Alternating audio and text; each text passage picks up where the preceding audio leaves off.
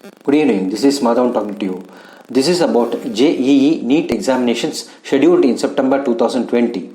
The Supreme Court, in its verdict, today stated that JEE NEET examinations must happen based on the assurances given by National Testing Agency. Earlier, 11 students from different states, also numbering 11, requested cancellation of the public notices of 3rd July 2020 issued by the NTA. The Solicitor General Tushar Mehta, appearing on behalf of NTA, assured the court authorities that all precautions will be in place for smooth conduct of examinations in spite of COVID-19 pandemic present in the country. The justice has initially ordered the dismissal of the petitions and informed students cannot be put in danger for a long time. The life has to move on with all safeguard measures enabling opening up of education. The COVID-19 pandemic may continue for more than a year and we cannot wait for another year in spoiling the future of the students.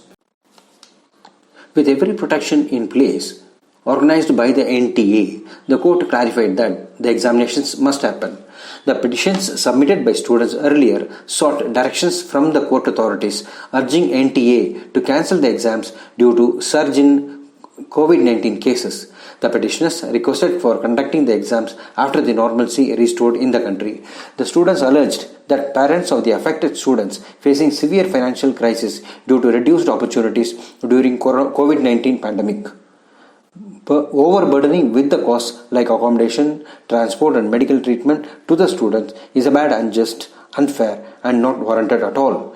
The plight of the students in Bihar, Assam and northeastern states which are floating due to incessant flood is already in danger. Students requested for increased number of examination centers in all the districts in India to reduce movements. If you like these postings, please share it to your friends and relatives, click the bell icon and subscribe. Thank you.